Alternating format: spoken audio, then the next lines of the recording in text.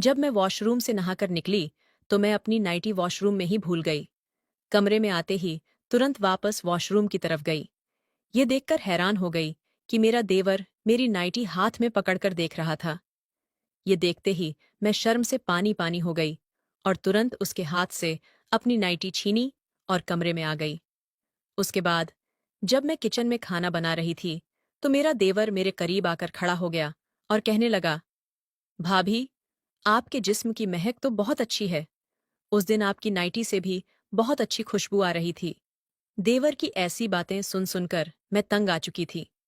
एक रात मेरे शौहर ने फोन करके मुझे बताया कि आज वह देर से आएंगे। मैंने सोचा आज मौका अच्छा है। फिर जब सब घर वाले सो गए तो मैंने देवर के दरवाजे पर दस्तक दी। मुझे देखते ही देवर की आंखों में एक अजीब सी चमक आ गई। वह बोला, भाभी, आप इस वक्त यहां? मैंने कहा, हाँ, तुम्हारा भाई आज देर से आएगा, इसलिए मुझे तुमसे एक जरूरी काम है। मैं कमरे में जा रही हूं। अगर तुम्हारे पास समय हो तो आकर मेरी बात सुन लेना। ये कहकर मैं अपने कमरे में वापस आ गई। आधा घंटा गुजर गया था। मैं अपने कमरे में लेटी थी। मैंने पहले ही दरवाजा खुला छोड़ दिया था ताकि किसी को शक न हो कि कोई मेरे कमरे में आया है। इतने में देवर ने हल्की सी दस्तक दी। मैंने कहा, आ जाओ, दरवाजा खुला है। वह अंदर आकर मेरे पास बेड पर बैठ गया। उस वक्त मैंने नाइटी पहन रखी थी। देवर काफी देर तक मेरी ओर देखता रहा, फिर कहने लगा, भाभी, आपको क्या बात करनी थी? मैंने उसे प्यार भरी निगाह से देखा और उठकर उसके बिल्कुल पास जाकर बैठ गई। मैंने उसके दोनों हाथ को पकड़कर अपने दोनों को, नमस्ते दोस्तों, आप सभी का स्वागत है मेरे यूट्यूब चैनल कूनी मोरल स्टोरी में। दोस्तों, मेरा नाम संगीता है और मैं 24 साल की हूँ। मेरी शादी अभी 2 साल पहले ही हुई है और मैं अपने पति, अपनी सास और अपने देवर राहुल के साथ रहती हूँ। मेरा देवर मेरी ही उम्र का है, लगभग 18 या 19 साल के करीब है। वह हमेशा मेरे आसपास रहता है। उसकी निगाहें मुझ पर इस तरह रहती हैं जैसे वह कुछ खास चीज ढूंढ रहा हो। एक दिन मुझे कहने लगा, भाभी, मुझे आपसे एक काम है। उसकी आंखों में जो शातिर सी चमक थी वह साफ दिख रही थी कि वह कुछ ज्यादा ही चाह रहा है। मैं थोड़ी चौंकी और बोली, हाँ, देवर जी कहो, क्या काम है? मैं तुम्हारा हर काम करने के लिए तैयार हूं। तुम तो मेरे छोटे भाइयों जैसे हो। मेरे शब्दों पर उसके चेहरे पर एक मुस्कान फैल गई। वह धीरे से बोला, भाभी, मुझे शादी करनी है। मैंने कहा, अच्छा, ये तो बहुत अच्छी बात है, मगर देवर जी, शादी के लिए एक लड़की की जरूरत होती है। वह थोड़ी देर तक चुप रहा, फिर धीरे से बोला, भाभी, इसीलिए तो मैं आपके पास आया हूं। मैं तुरंत समझ गई थी कि वह क्या कहना चाहता था। उसने मुझसे कहा, भाभी, मुझे आप जैसी लड़की से शादी करनी है। ये सुनकर मैं थोड़ी देर के लिए चुप रही। फिर मुझे समझ में आया कि उसका इशारा मेरी छोटी बहन कोमल की तरफ था, जो मुझसे छोटी और राहुल के लिए बिल्कुल सही थी। उम्र में 2 साल का फर्क था और दोनों की सोच भी एक जैसी थी। राहुल ने मुझसे अपनी पसंद के बारे में और बातें की। वह कहने लगा, भाभी, मेरी पत्नी में ये होना चाहिए, वह होना चाहिए। मैंने कहा, तुम्हें फिक्र करने की जरूरत नहीं है। अगर तुम कहोगे तो मैं बिल्कुल ऐसी लड़की तुम्हें लाकर दूंगी। बस शादी करने के लिए हाँ बोल दो।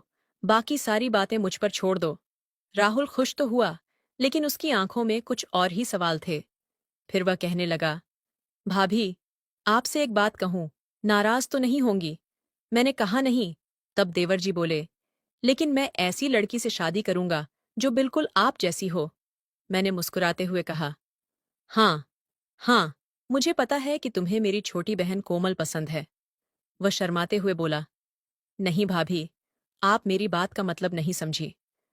फिर वह यह कहकर बाहर चला गया। मुझे लगा कि शायद वह शर्म के कारण मेरी बहन का नाम नहीं ले पाया। मैं अपने दिल में यह तय किया कि मैं पहले पापा से इस रिश्ते के बारे में पूछूंगी और फिर राहुल को खुशखबरी दूंगी। मैंने पापा से पूछा, क्या तुम्हें कोमल और राहुल का रिश्ता सही लगेगा? पापा ने कहा, हमें तो कोई ऐतराज नहीं है। अगर तुम दोनों खुश हो तो कोमल भी खुश रहेगी। मैंने फिर जाकर अपनी माँ से बात की। माँ ने कहा, तुम्हारे फैसले पर हमें कोई आपत्ति नहीं है, लेकिन तुम अपने देवर से जरूर पूछ लेना कि उसे कोई परेशानी ना हो। अब मैं राहुल के पास गई और उससे सीधे पूछा, क्या तुम्हें सच में कोमल पसंद है? राहुल थोड़े अटकते हुए बोला, भाभी, आप मेरी बात का मतलब नहीं समझती, ये रात का वक्त है।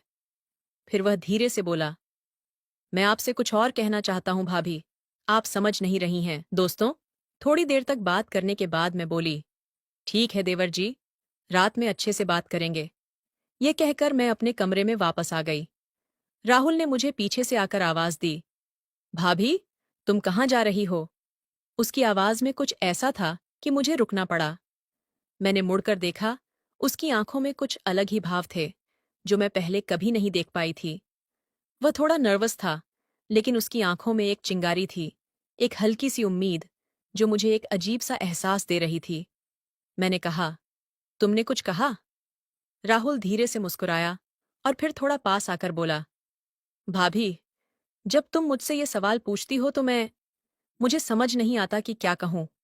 तुम्हारी बातों में हमेशा कुछ ऐसा होता है जो मुझे दिल से छू जाता है। दोस्तों, उसकी बातें मेरे दिल में गहरी गूंजीं। मुझे लगा कि वह सच में मुझसे कुछ कहना चाहता है, कुछ ऐसा जो अब तक वह दबा कर रखा था। राहुल की आंखों में एक अलग सी नरमी थी, जो मुझे समझने में वक्त ले रही थी। मैंने धीरे से पूछा, क्या तुम सच में समझ पा रहे हो कि तुम मुझसे क्या कह रहे हो? राहुल एक कदम और पास आया और बोला, भाभी, मैं जो महसूस करता हूं, उसे शब्दों में बयां नहीं कर सकता, मगर मैं जानता हूं कि जो मैं तुमसे कह रहा हूं, वह सही है। मैंने धीरे से उसके चेहरे को देखा। उसकी आंखों में हल्की सी झिझक थी, लेकिन इसके बावजूद वह मुझे अपनी भावनाएं जाहिर करने के लिए खुद को तैयार कर चुका था। राहुल और मेरे बीच एक चुप्प सी समझ बन गई थी। क्या तुम मुझसे कुछ पूछना चाहते हो? मैंने नरमी से पूछा। राहुल की नजरें मुझसे हटकर कहीं दूर चली गईं और वह धीरे से बोला, भाभी, क्या तुम मुझसे कभी ऐसा कुछ उम्मीद करती हो? उसकी बातों ने मेरे दिल को हल्का सा धड़कने पर मजबूर कर दिया। मैंने उसे अपने पास बुलाया और उसकी आंखों में झांकते हुए कहा, राहुल, मैं जानती हूं कि तुम क्या महसूस कर रहे हो और मैं समझ सकती हूं, मगर हमें यह समझना होगा कि रिश्तों में बहुत कुछ दायित्व भी होते हैं। दोस्तों, राहुल कुछ देर तक चुप रहा, फिर बोला, भाभी, मैं जानता हूं कि यह सब असंभव है, लेकिन मैं सिर्फ यही चाहता हूं कि तुम मुझे समझो। मैंने हल्का सा मुस्कुराया और कहा, राहुल, हम दोनों के बीच का रिश्ता बहुत खास है और इस रिश्ते की जो भी सीमाएं हैं, हमें उनका सम्मान करना चाहिए। राहुल की आंखों में हल्का सा गुस्सा था, मगर साथ ही एक समझदारी भी, जो मुझे उसकी परिपक्वता का एहसास दिला रही थी। वह धीरे से बोला, भाभी, क्या हम कभी एक दूसरे को पूरी तरह से समझ सकेंगे? मैंने उसकी आंखों में देखकर कहा, राहुल, हमारे बीच जो भी हो, हमें हमेशा एक दूसरे का सम्मान और समझ बनाए रखना चाहिए, क्योंकि यही सबसे महत्वपूर्ण है। राहुल ने मेरी बात को सीरियसली लिया और थोड़ी देर चुपचाप खड़ा रहा। फिर उसने धीरे से सिर हिलाया और कहा, मैं समझ गया भाभी। ये कहकर वह धीरे से बाहर चला गया। दोस्तों, कुछ देर के बाद राहुल का चेहरा एक पल के लिए और भी करीब हो गया था। उसकी आंखों में जो भावनाएं थीं, वह बिल्कुल स्पष्ट थीं, जैसे वह मुझसे कुछ कहना चाहता था, मगर शब्दों में उलझा हुआ था। वह थोड़ी देर खड़ा रहा, फिर हल्के से मुस्कुराया और कहा, भाभी, कभी-कभी मैं सोचता हूं कि क्या आप मुझे सही से समझ पाती हैं? उसकी आवाज में एक नज़ाकत थी, एक ऐसी समझदारी जो मुझे बहुत गहरी महसूस हो रही थी। मैंने धीरे से उसका हाथ पकड़ा और उसे पास खींचा। उसकी आंखों में एक चमक थी, लेकिन साथ ही एक हल्का डर भी। राहुल, तुम क्या चाहते हो मुझसे? मैंने धीरे से पूछा, फिर उसकी आंखों में गहरी नजरों से देखा।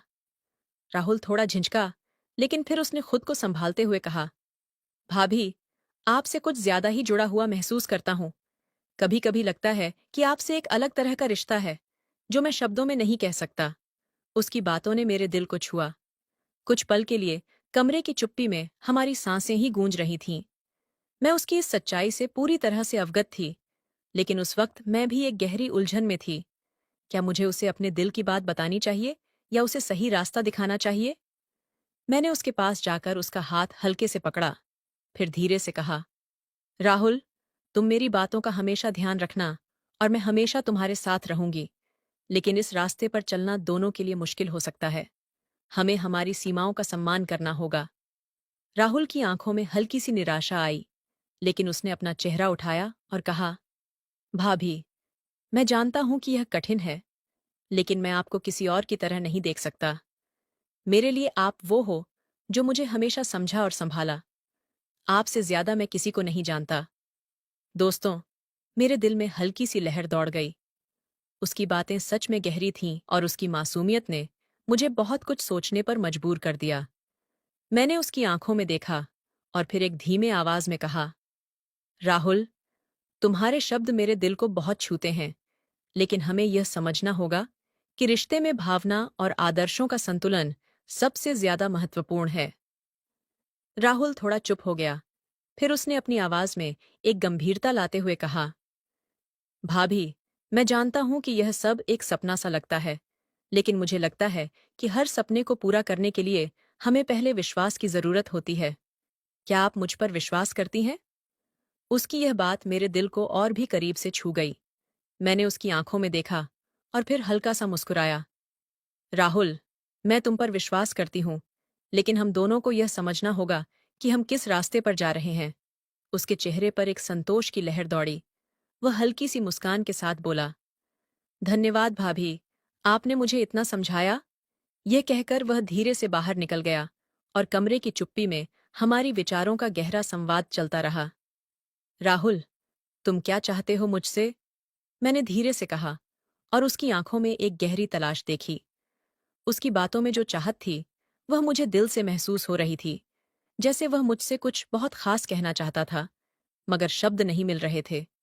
वह कुछ पल चुप रहा और फिर हल्की सी मुस्कान के साथ बोला, भाभी, मैं मैं जानता हूं कि यह सब बहुत उलझन भरा है, लेकिन मैं आपको अपनी पूरी जिंदगी में महसूस किया गया सबसे खास इंसान मानता हूं।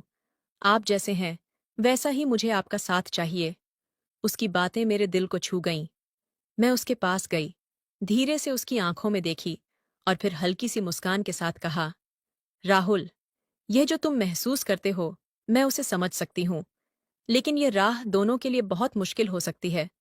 हमें अपनी सीमाओं का ध्यान रखना होगा। राहुल थोड़ी देर चुप रहा, लेकिन फिर उसने कुछ कहा जो मेरे दिल को हिला गया। भाभी, अगर इस रास्ते पर चलने के लिए तुम्हारी सहमति चाहिए, तो मैं इंतजार कर सकता हूँ, लेकिन मैं जानता हूं कि तुम मेरे लिए वही हो जो कोई और नहीं हो सकता। मैं तुम्हारे बिना अपनी दुनिया का सोच भी नहीं सकता। दोस्तों, उसकी आवाज में जो गहराई थी, उसे सुनकर मुझे ऐसा महसूस हुआ जैसे हम दोनों एक ही धड़कन पर चल रहे हों। उसका हर शब्द मेरे दिल के तारों को छेड़ता था, लेकिन साथ ही मैंने समझा कि हमें यह रिश्ता समझदारी से और आदर्शों के साथ जीना होगा। राहुल, मुझे तुम्हारी बातों की पूरी समझ है। तुमने जो कहा, वो मेरे दिल को छू गया है, लेकिन हमें इस रिश्ते की हर दिशा को सही से परखना होगा, मैंने कहा, और फिर उसके पास जाकर उसके हाथ को हल्के से पकड़ा। हम दोनों का साथ हमेशा रहेगा, पर हमें ये भी समझना होगा कि हम कौन हैं और हमें क्या चाहिए। राहुल ने मेरी आंखों में देखा और फिर उसकी आंखों में जो हल्की सी चमक आई, उसने मेरी सोच को और भी मजबूती दी। वह धीमे से मुस्कुराया और कहा, भाभी, तुम सच में मेरी जिंदगी की सबसे बड़ी रहमत हो। तुम्हारी बातें मेरे दिल को शांति देती हैं। हम दोनों एक दूसरे की आंखों में खो गए थे, जैसे दुनिया बस हमारे आसपास ही रुक गई थी। कुछ पल के लिए हमें किसी और चीज की चिंता नहीं थी, सिर्फ एक दूसरे की मौजूदगी ही सबसे ज्यादा मायने रखती थी। राहुल ने मेरी ओर धीरे से झुकते हुए कहा, क्या तुम मुझे अपना विश्वास दे सकती हो? क्या तुम मुझे वह रास्ता दिखा सकती हो जिसे हम साथ में तय करें? मैंने उसकी बातों को सुना और उसकी आंखों में वह सच्चाई देखी जो हर शब्द से कहीं गहरी थी। राहुल, मैं हमेशा तुम्हारे साथ रहूंगी, लेकिन हमें सही रास्ते पर चलने का यकीन रखना होगा। वह मुझे मुस्कुराते हुए देख रहा था, जैसे उसे सब कुछ समझ में आ गया हो। धन्यवाद भाभी, आपने मुझे सही दिशा दिखाई। हम दोनों एक दूसरे के पास बैठे थे और उस पल को महसूस कर रहे थे जब भावनाओं की गहराई से कहीं ज्यादा एक दूसरे की समझ और विश्वास मायने रखता था। हमारी जिंदगी के इस मोड़ पर यह रिश्ता वही बन सकता था जो हम दोनों चाहते थे। दोस्तों, हमारी बातचीत जारी रही और राहुल के शब्द मेरे दिल में गूंजते रहे। मैंने गहरी सांस ली और कहा, राहुल, तुम जानते हो, रिश्ते सिर्फ प्यार और आकर्षण से नहीं बनते। उन्हें भरोसे, समझ और सम्मान की आवश्यकता होती है। अगर हम दोनों एक दूसरे का सम्मान नहीं करेंगे तो यह रिश्ता सिर्फ भ्रम होगा। राहुल ने मेरी बातों को समझा और सिर झुकाया। फिर उसने धीरे से कहा, मैं समझता हूं भाभी, और मुझे इस रिश्ते की सच्चाई और गहराई को सही से समझने का समय चाहिए। तुमने जो कहा वह बिल्कुल सही है। उसके शब्दों में एक सच्चाई थी और मैं महसूस कर सकती थी कि वह सच में मेरे विचारों और भावनाओं को समझने की कोशिश कर रहा था। उसने मेरी ओर देखा और उसकी आंखों में जो शांति थी वह मुझे एहसास दिलाती थी कि वह इस संबंध को गंभीरता से ले रहा था। राहुल, मैं जानती हूं कि तुम अच्छे इंसान हो, लेकिन हमें यह सुनिश्चित करना होगा कि हम दोनों का रास्ता सही है, मैंने कहा। वह थोड़ा चुप रहा, फिर मुस्कुराते हुए बोला, भाभी, तुमसे बात करने से मुझे बहुत कुछ समझ में आया। मैं चाहता हूं कि हम दोनों हमेशा एक दूसरे के साथ रहें, लेकिन सही तरीके से। मैं तुमसे कोई भी गलत बात नहीं करना चाहता हूं। उसके शब्दों ने मुझे राहत दी। मुझे लगा कि वह समझ रहा है कि हम दोनों के बीच का रिश्ता क्या होना चाहिए। वह सिर्फ एक प्यारा, सच्चा देवर था, और इस रिश्ते में सम्मान और प्यार सबसे अहम थे। मैंने हल्के से उसका हाथ पकड़ते हुए कहा, हम दोनों का रिश्ता हमेशा यही रहेगा राहुल।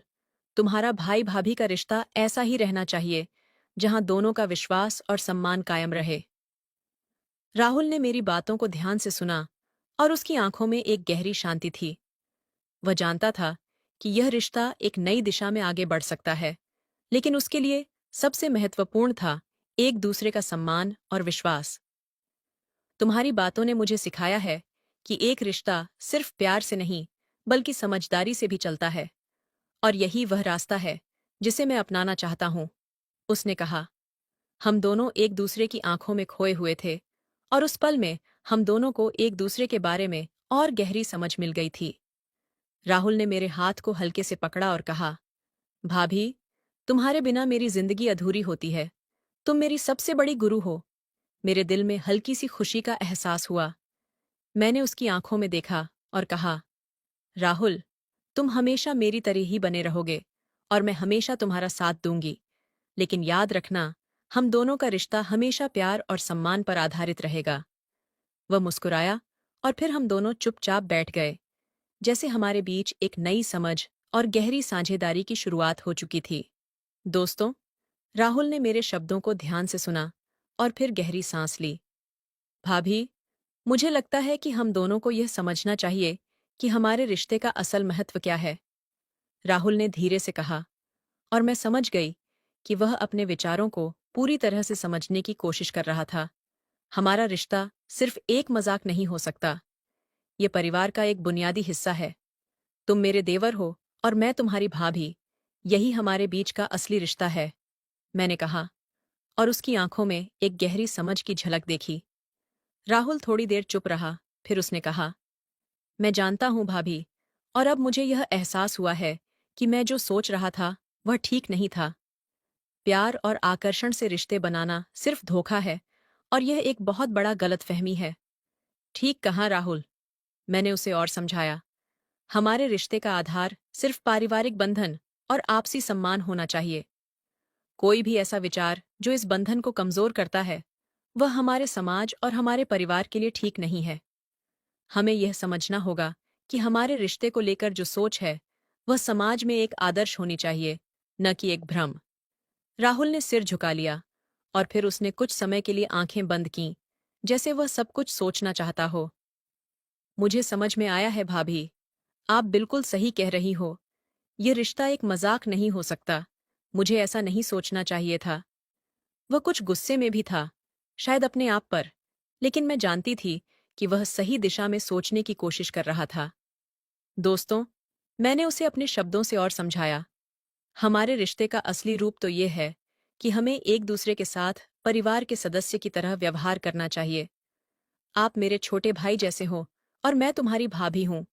हम दोनों का रिश्ते को समझना और उसे संजीदगी से निभाना चाहिए। राहुल ने फिर एक गहरी सांस ली और कहा, मुझे अब पूरी तरह से समझ में आ गया है। मैं अपनी सोच को बदलूंगा और जो हुआ उसे भूलने की कोशिश करूंगा। भाभी, मुझे माफ करना, मैंने अनजाने में आपको दुखी किया। यह कोई गलती नहीं थी राहुल, मैंने कहा। कभी कभी लोग गलती से ऐसा सोच सकते हैं, लेकिन सबसे ज्यादा अहम ये है कि हम अपनी गलतियों से सीखें और सही रास्ते पर चलें। हमें एक दूसरे के रिश्ते को समझदारी और आदर से निभाना चाहिए। उस दिन के बाद राहुल ने मुझे विश्वास दिलाया कि वह इस रिश्ते को परिवार के रूप में ही समझेगा और कभी भी उसे गलत दिशा में नहीं ले जाएगा। हम दोनों ने एक दूसरे से वादा किया कि हम इस रिश्ते को हमेशा अपने परिवार और समाज की सही मान्यताओं के अनुसार निभाएंगे। दोस्तों, जैसे जैसे समय बीतता गया, राहुल और मैंने एक दूसरे के साथ अपने रिश्ते को समझने और आदर देने की कोशिश की।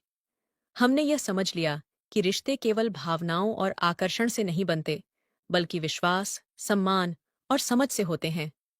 एक दिन राहुल ने मुझे कहा, भाभी, मुझे लगता है कि अब हम दोनों का रिश्ता बिल्कुल सही दिशा में जा रहा है।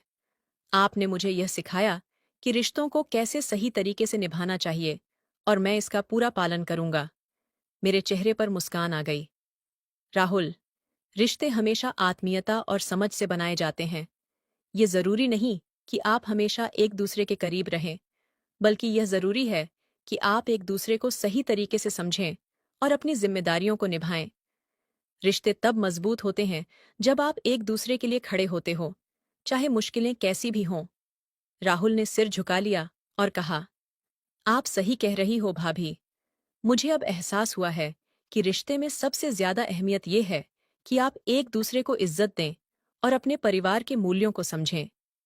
हम दोनों ने इस समझ के साथ अपने रिश्ते को और मजबूत किया। मैं जानती थी कि राहुल अब मेरे देवर के रूप में एक भाई की तरह रहेगा और हमारे रिश्ते में कभी कोई भी गलतफहमी नहीं आएगी। तो दोस्तों, यह थी आज की हमारी छोटी सी कहानी। कहानी कैसा लगा? कमेंट में जरूर बताएं और चैनल